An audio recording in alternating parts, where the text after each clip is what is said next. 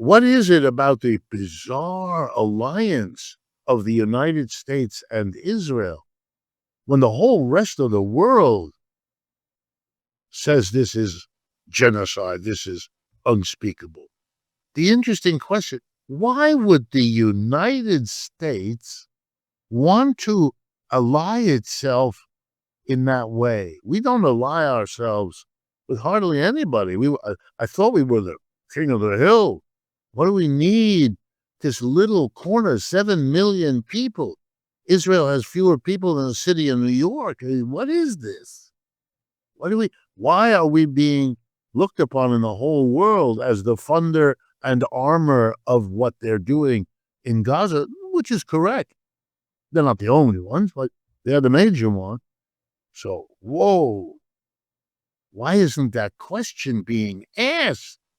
How could you wrap that in a taboo so that anybody who raises the question risks losing their job? What? Suppose I wanted to ask a question about our policy toward Portugal. No one cares. And I'm not saying that's good, but it's a reasonable question if you're interested in Portugal. There's a phenomenon going on.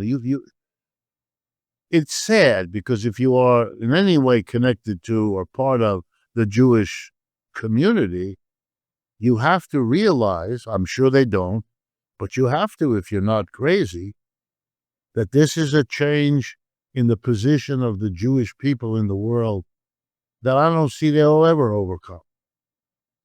From being the victims of a Holocaust, they have become perpetrators. And that's how the world sees it. And it's close enough that it's going to be haunting them forever. And there'll be tremendous bitterness. I remember years ago being brought short in a conference by a professor of African American studies who was himself an African American. And he was part of a conversation about the Holocaust, the German Holocaust. And he said, I'm jealous.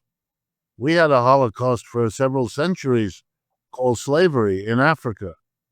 And it was a genocidal, destruction of an enormous portion of our people who were rendered slaves.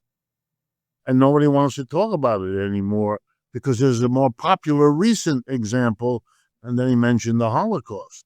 And he said, I don't want to get into counting bodies, but we lost 6 million people. What's going to happen now is everyone's going to go to the most recent horror show, and that's going to have the Jews not as the victims, but as the victimizers. And that's going to be very difficult for the Jews, but unavoidable. And that'll happen to the Jews whether they were Israelis or not. It'll happen everywhere. And then the question, why is the United States lined up in this way? Why do we keep seeing Mr. Netanyahu able to continue, despite statements by American leaders that they don't like this, that don't want this, they think it's excessive? Let's take Mr. Biden and even Mr. Trump at their word. Why then do they nonetheless fund and arm the whole process? They couldn't continue without the United States. Everybody knows that. So what is it?